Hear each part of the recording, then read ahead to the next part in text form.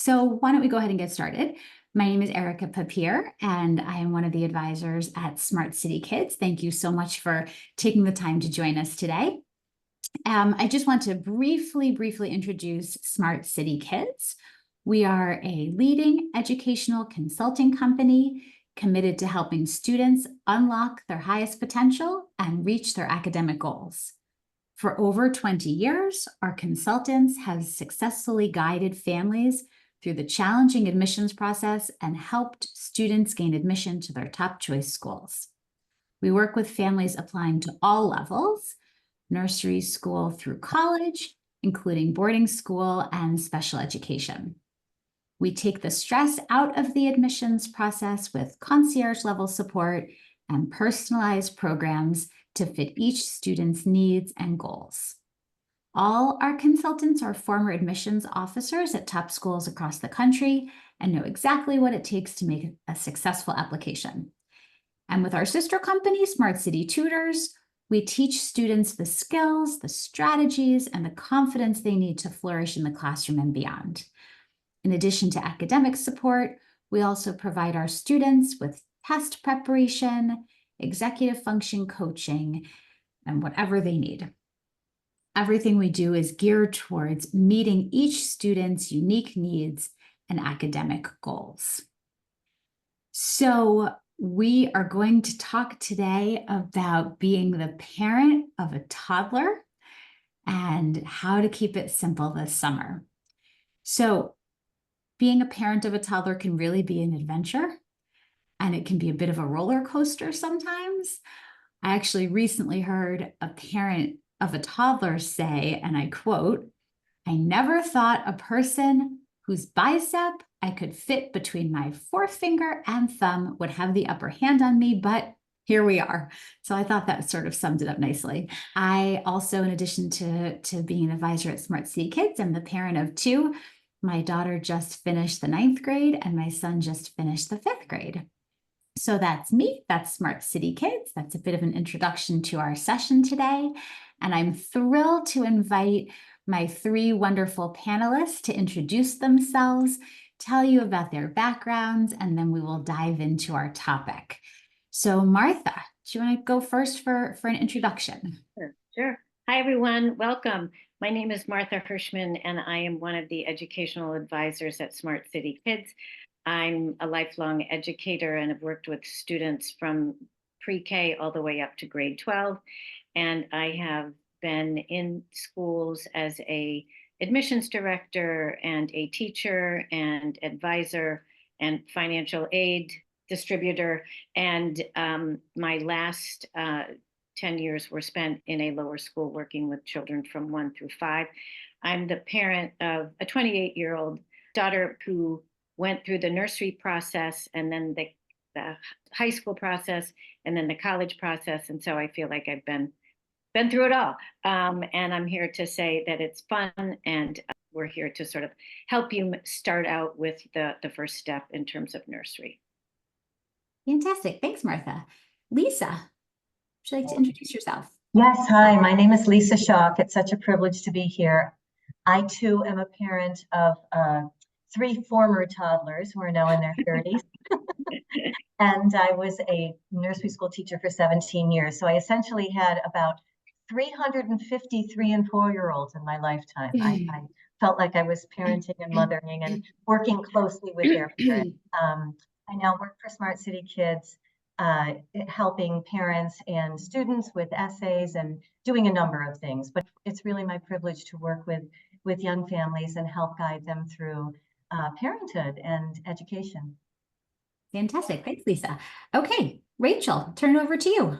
Hi, everyone. I'm Dr. Rachel Shelley. I'm a child psychologist. I run a group practice on the West Side, WholeMind Psychology, and we specialize in the treatment of childhood anxiety disorders and parenting interventions across the lifespan, starting at about 2.5 through young adults. I am also the mother of a very active 14-month-old, so I'm looking forward to learning from Lisa and Martha today alongside everybody.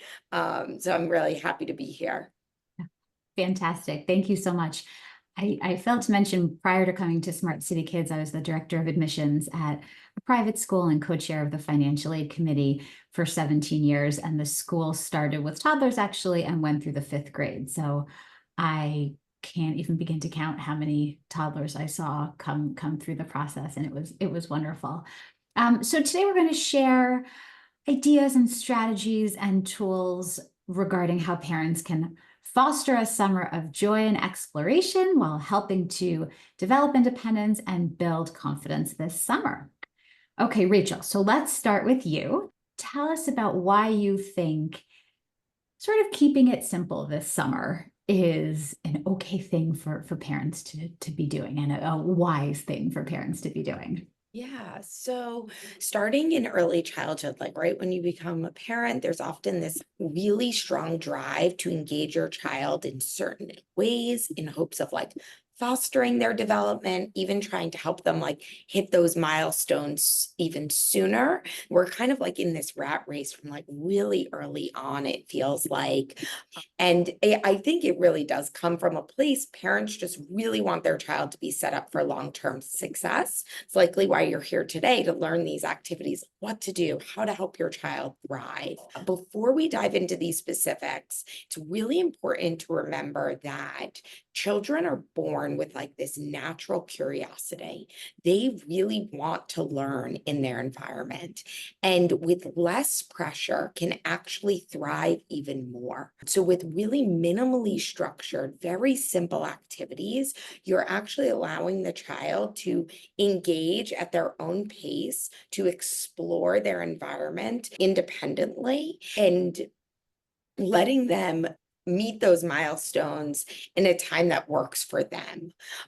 So sometimes doing less and observing them more can actually be in your child's best interest. This really comes from a place of knowing that child anxiety and pressure in our environment is really high right now. And children are like little sponges. They really absorb well before they have expressive language, can really absorb the anxieties and stresses from adults around them. And so it can be actually counter to their development if we're putting a lot of pressure, really trying to push them along in a way that they might not be ready for yet.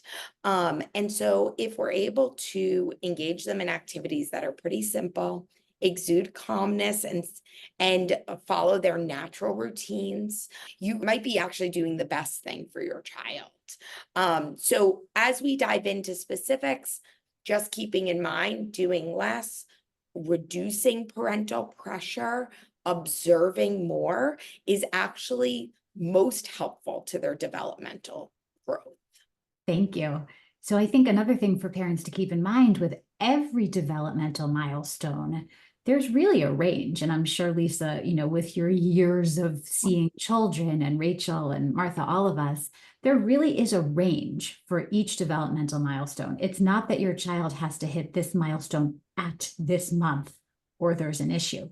There's a range. So with gross motor skills, for example, children walk between this time and this time, and that's okay. Whether if they're not in the first month of when they potentially could hit it, but they're more in the middle or on the later side, I think that's something else for parents to keep in mind, that with development and milestones, it all happens at different paces. Okay, Lisa, with that broad umbrella of guidance that Rachel just gave us, now let's dive in a little more specifically on suggestions you have with your educator hat on. Simple summer fun, things that are loaded with rich opportunities for growth while keeping it simple.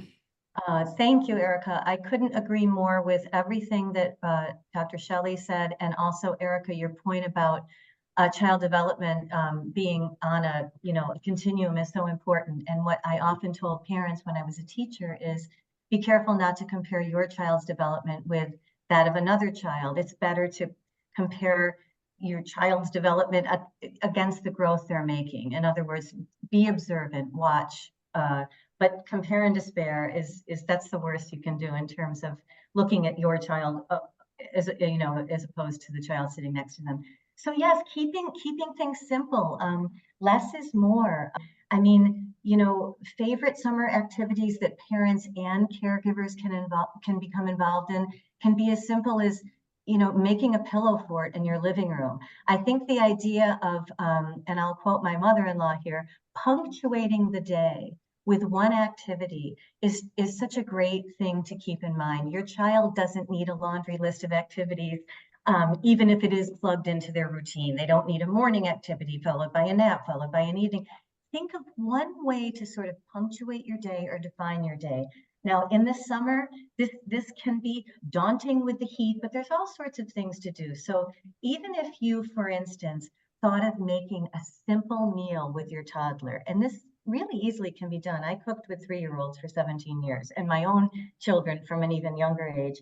Choose a simple recipe. It could be as simple as a grilled cheese sandwich, grilled cheese and tomato if you have an adventurous eater. And then talk to your child about this daily goal. Walk to the farmer's market or some market. Pick out the tomatoes, pick out the bread, choose the cheese, talk to people, model the kind of social behavior to your child that you think is important for them to see in hopes that they absorb it. As you're walking to the market, dissect every bit of this activity to the simplest things. As you're walking, talk about the trees, talk about the dogs you see, hum a song. Togetherness is essential. Kids are so responsive to their caretakers, their parents. The connection is just essential. So be here now is a great motto. Building on this grilled cheese sandwich idea, go to the market, get the ingredients you need, come home, wash the tomatoes, help your child help you slice the cheese. There are so many points at which they can be involved in this experience. And really every experience you decide to thoughtfully pursue with your child is full of rich opportunities. If you can't go to the beach, load up the tub with toys and have an afternoon bath. Spray some shaving cream on the side of the tub and let your child practice drawing smiley faces or letters of their names. Go to your park with buckets and have your child practice pouring water from a smaller bucket into a bigger bucket. Which fits, which doesn't, why? Simple, simple, simple. Talking to young children is like poetry in action. You pare your words down, less is more. Watch what they're doing, be responsive. The very cool, literally and figuratively, Hall of Gems in the Museum of Natural History, great activity for the day. Garden, whether it be on your windowsill, if you're lucky to have a terrace on your terrace, if you're lucky to have garden space in your garden space, you can sow so many seeds of academic development in a gardening project. You can talk about science. What do seeds need to grow? You can experiment. What if we put this seed in the sunshine and this seed in the dark? Compare. Social emotional. How do you think the seeds feel in the dark? Do you think the seeds want to grow bigger? Do you want to grow bigger? You can read books about seeds growing, about children growing. You can write your own short stories or songs. Read and read some more. I hope you get the idea that no activity is too simple because your children are curious, as Rachel said, and they want to learn and they want to be with you or your caregiver or whoever they have that bond with. Independently, just have plenty of picture books on hand, plenty of puzzles on hand. Have easy puzzles to help them feel like experts.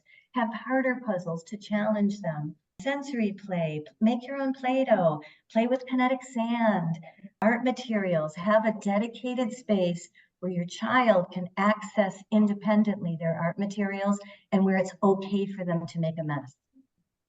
Simple ideas that are sort of overarching.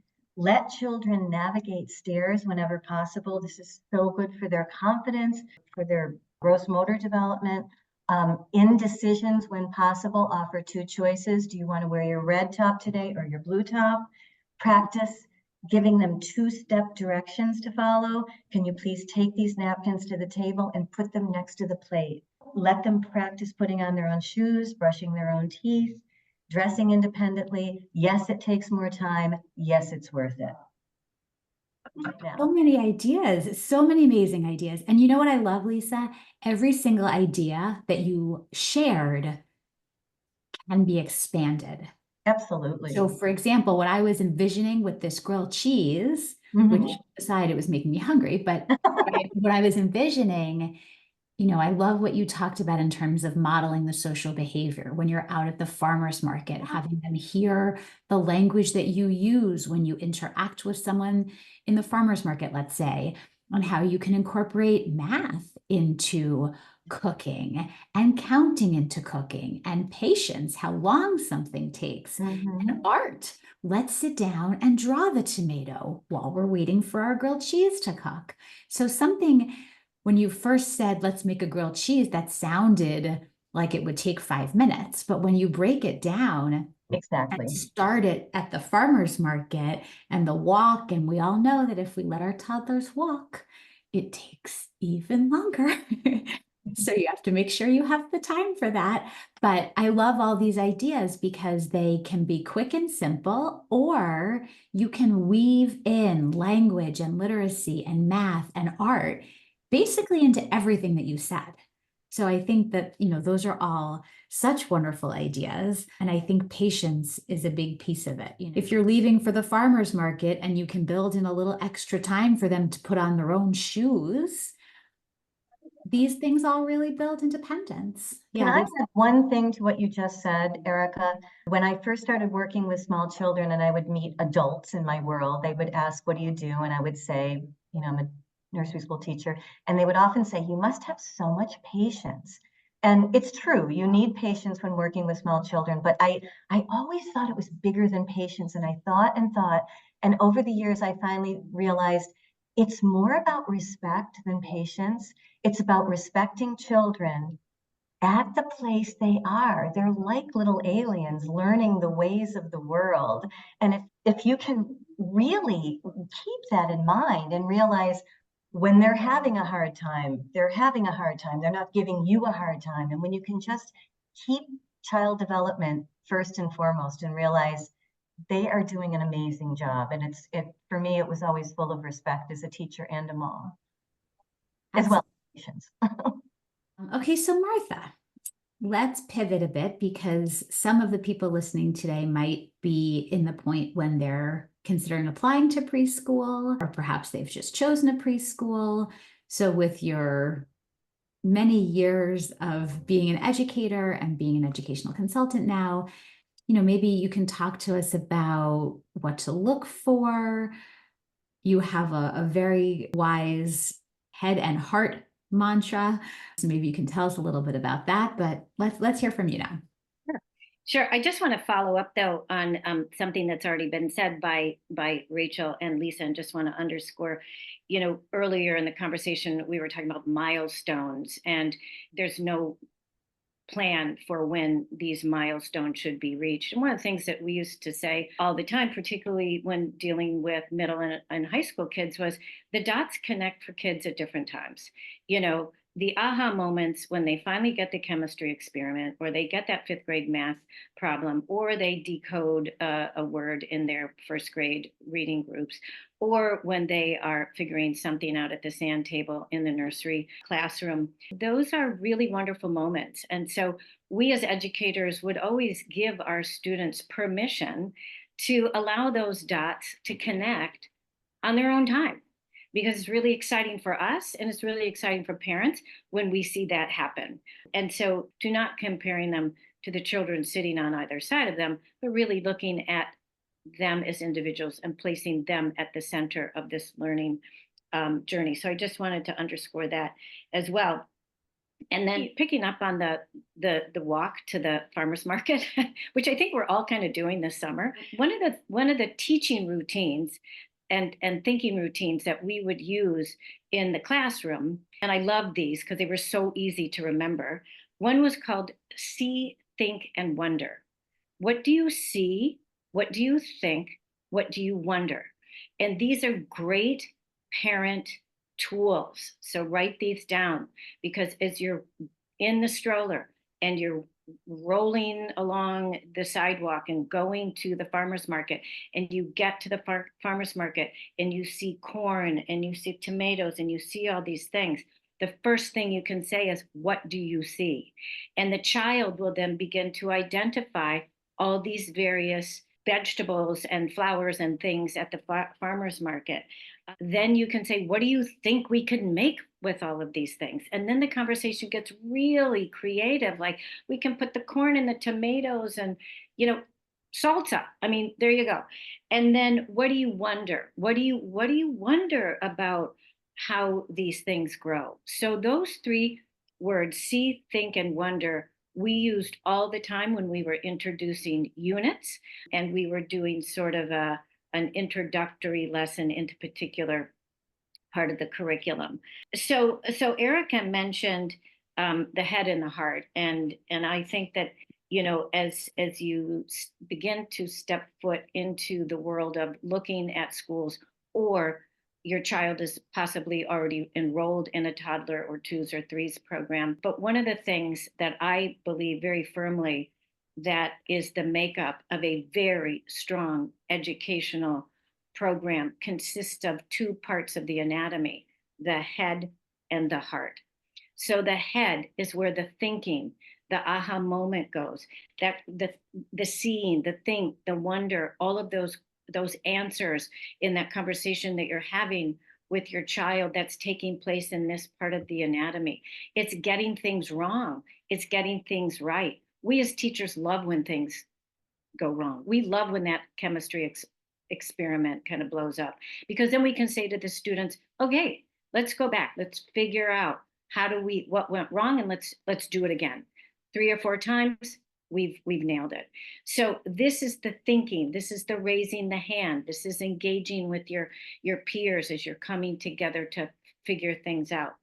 The heart is really what makes a kind and caring friend.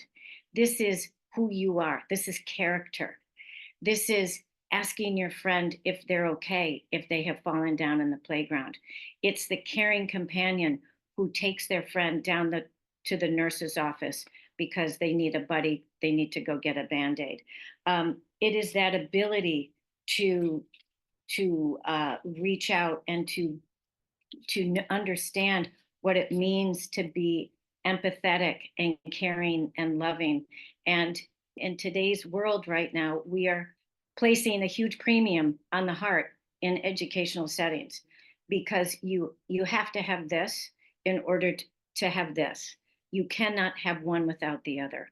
And sometimes we as educators will go, oh my gosh, we're really focusing, are we keeping both sides of the scale in balance? Because if they're not, it means that one part of the anatomy is not getting addressed.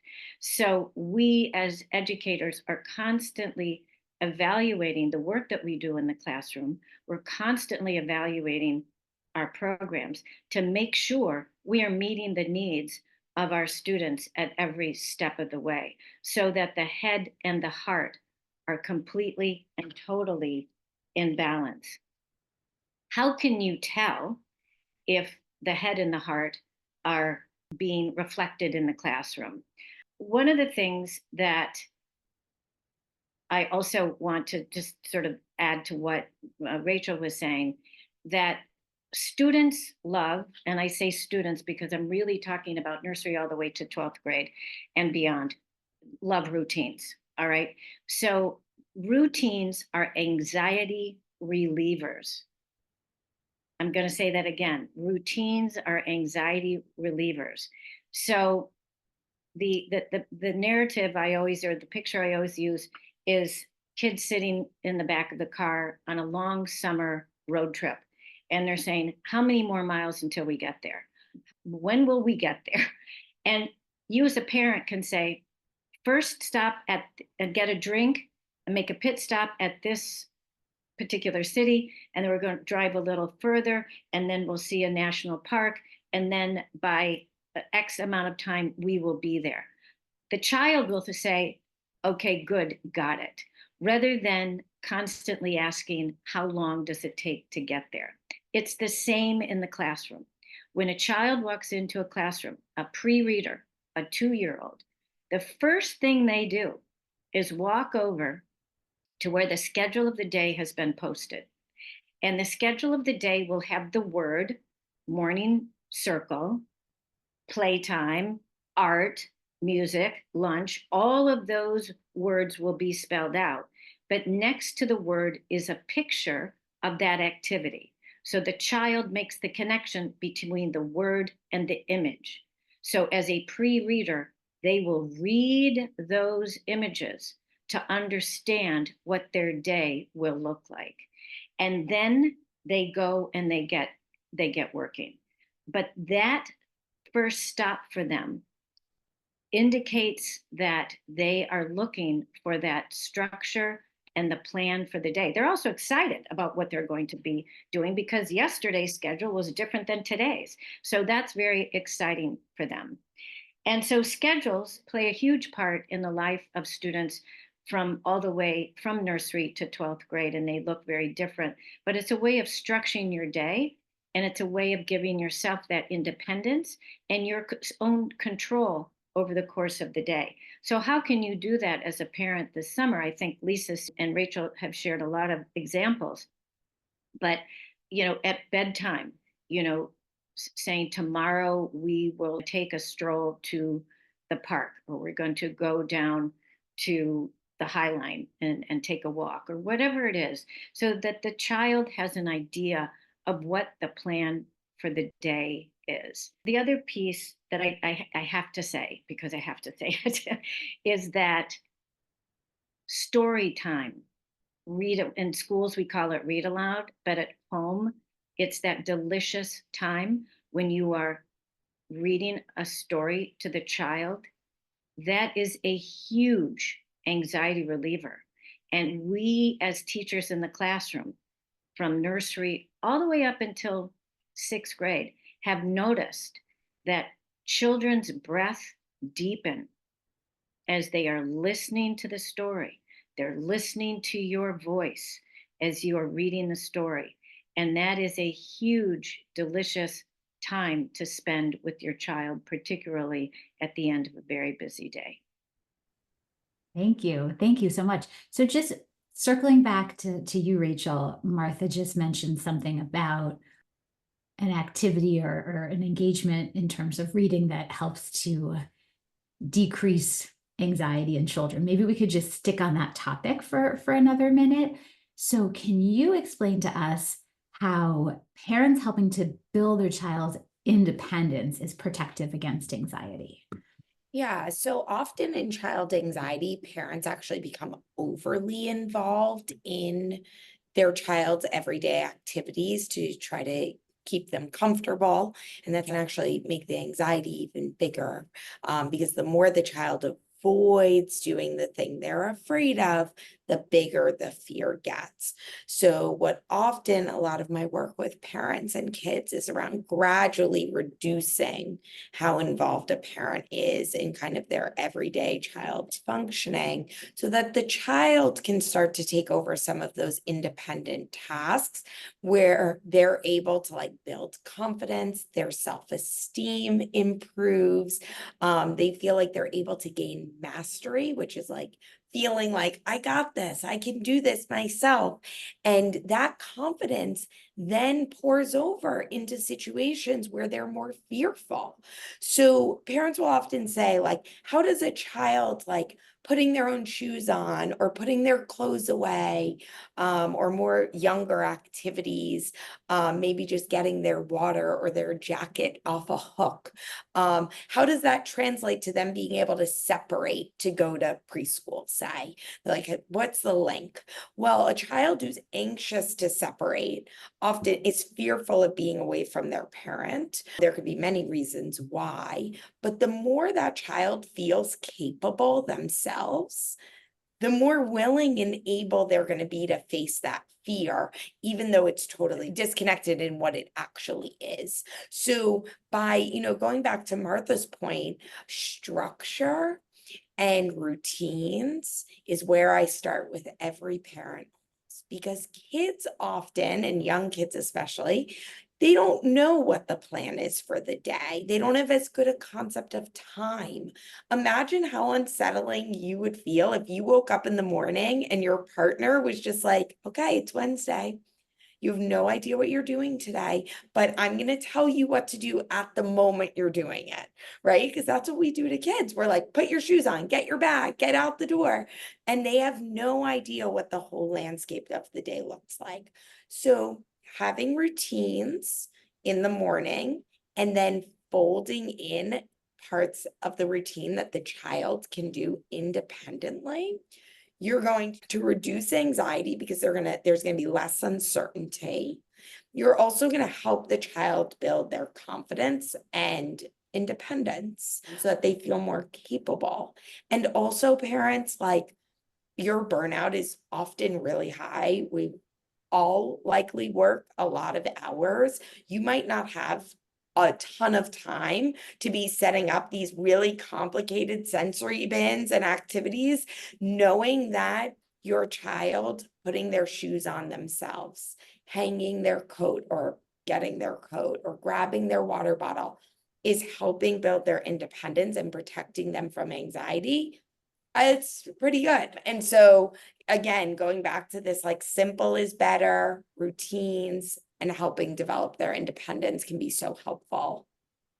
That makes so much sense. That makes so much sense because if they know at home, I can put my shoes on, I can pour my water, whatever else parents have helped their child to do, and then they go into a classroom, they won't panic that their parent or their caregiver isn't there to do all those things for them. So everything you're saying really makes a lot of sense. So Lisa, piggybacking on what Rachel just said in terms of helping parents understand how to foster their child's independence, can you give some more examples of things that parents can do to help foster their child's independence? Sure. Parents can involve their children in being helpers to make family life run more smoothly. Just like we had job charts in school, and we would explain to the children, you know, you have a responsibility and an opportunity to help make our classroom, you know, operate more smoothly because we teachers cannot do it on our own.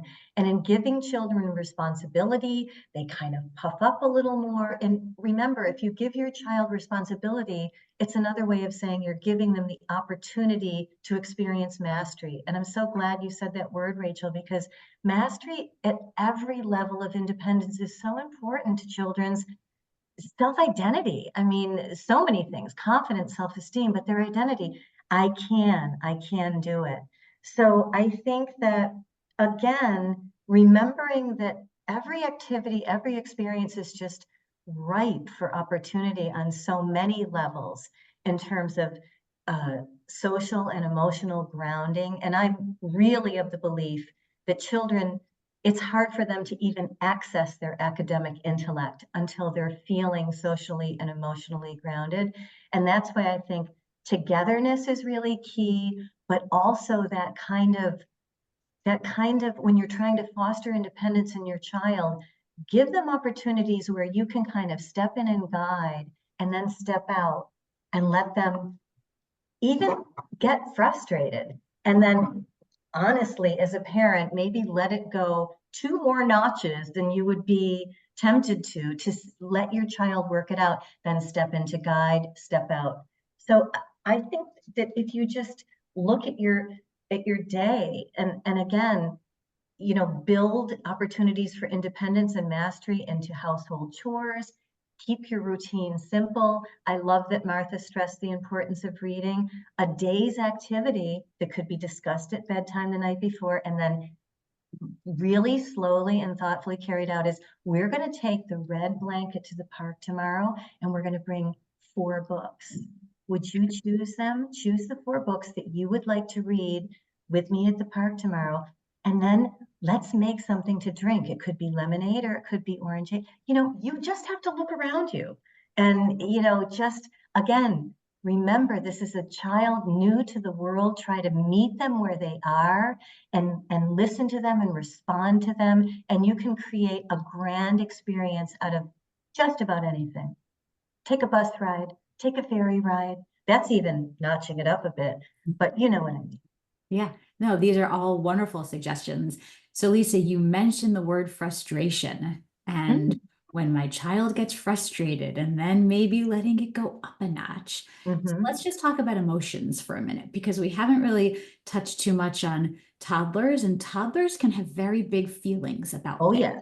and very strong opinions about things. Anyone who's been in a room with a toddler for more than, a minute or two knows that, they have a lot of opinions. Sometimes they can't express them yet verbally, but they make their thoughts known plenty of other ways.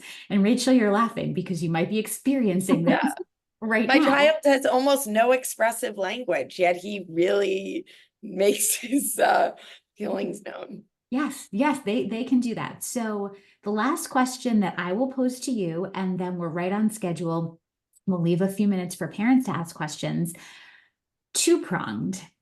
How can parents best manage their emotions when their child is losing it completely? They're just trying to get out of the door, and the child is sitting there, thrown herself on the floor, having a complete fit because she wants to leave the house with her shoes on the wrong feet, or, whatever it might be. So how can parents best manage their emotions, and how do they help the child manage those big feelings in the moment? We probably could have spent a whole session on toddlers and their big feelings. But I thought, we had to touch on some emotional piece, when you're talking about toddlers. So that really could be for anybody who wants to jump in. I think a couple things are really key. When your child is having a hard time, remember that they're having a hard time. They're not giving you a hard time. It's hard not to take it personally when you're knocking yourself out to do all the things you feel like you should do, and you're doing well, and your toddler doesn't agree with you. So remember, they're really having a hard time. Try not to take it personally. Then also, as you just said, Rachel, your son doesn't even have the expressive language to express his emotions, yet he's doing it. With children who are a little older, acknowledge the feeling you see before you. You can say, I see you're feeling very frustrated right now. It does two things. You're taking your child off the hook by giving what they're feeling a name, and you're also beginning to teach them an emotional vocabulary, and you're also receiving it. You're not yelling. You're saying, I see you're really frustrated. I think it's because you can't put your shoes on. And then zip it. Give them room to say something. Give them 15 seconds to say something at least. And if they don't, then you can step in to say, it's okay. It's okay that you're feeling frustrated about not being able to put your shoes on. It's not okay that you threw your shoe at mommy. That's not okay. But I'm here to help you. So let's sit down together. And I know that's hard to do in the moment. But again, if you can break it down like that, it's in your best interest. And it's in the best interest of your child. I 100% agree. And I would just add that in those moments, get down to their level. Don't talk over them. Get down to their level. And we used to say, let me see your eyes. Because sometimes when children are upset, their heads are moving, their focus is all over the place. But when you say, let me see your eyes, then the two of you are looking at each other. And the moment is a grounding moment. And then that allows the child to see you and you to see the child, and for the child to be seen and heard. And then you can start from there so that they can also read your face. This is a form of literacy. Being able to read your face is really, really important. And matching your face to the tone of your voice and your words all are dots that need to connect in terms of understanding your messaging to the child. And so I know in our frustrations, we're ready to pull out our hair as well. But again, like Lisa said, they're not giving you a hard time. It's where they are. So you have to take that beat, go down to their level. And often in schools, you will see, and the teachers will do this, they will get down to the children's level and speak with them so that they are on the same eye level to then begin communicating and working it out. The other thing I will say is we would do, I don't know if we can do that so much anymore, but you as a parent, you can put your head, let's put our heads together and solve this. Put your foreheads together and work it out. And that is teamwork is dream work. And sometimes that's a little tool that will also help. Rachel, you want to have the last word? Anything else? The only thing that I would add, Martha and Lisa really covered it. The only thing I'd add is that really checking in with yourself as the tantrum starts and the big emotions start, to be like, what do I have the capacity for right now? How patient am I? How burned out am I? Am I going to lose it? And so many times I even notice myself getting so frustrated with my son, especially when it should be something that's so simple that becomes so complicated. And it's always right when I have to get out the door. And really checking in, okay, how can I calm down first so that I can engage with him in a way that's effective? Because the more dysregulated you are as a parent, the tantrum's going to go on longer. Yes. So I would always rather a parent say, I see you. I know you're having a hard time. Mommy's feeling overwhelmed. I'm going to take a few deep breaths. I'm going to walk away for a minute and I'll be right back. And taking a moment to reset as a parent, and then getting on their level, using other strategies. That all works, but you have to be in a place to be able to do that first. Great thoughts. Okay, so I think we've covered the program that we wanted to. We really appreciate you coming today. And if there are any questions, you can go ahead and put them in the chat. I will mention we are all here for you in your parenting journey. All of the advisors at Smart City Kids, Rachel at WholeMind Psychology. So you certainly should feel free to reach out to us if we can be of any support to you in your parenting journey, because toddlers, again, it is an adventure parenting a toddler. It is a bit of a roller coaster at times. So I like what Rachel said about checking your own emotion, checking your own patience level, etc., taking a break and a breath when you need to. Thank you, Martha. Thank you, Lisa. Thank you, Rachel, very, very much for your wisdom. I hope the parents who joined us today found it very helpful, and don't hesitate to reach out to us if we can support you in your parenting journey. Thank you, everyone. Thank you. Yes. Thank you, everyone.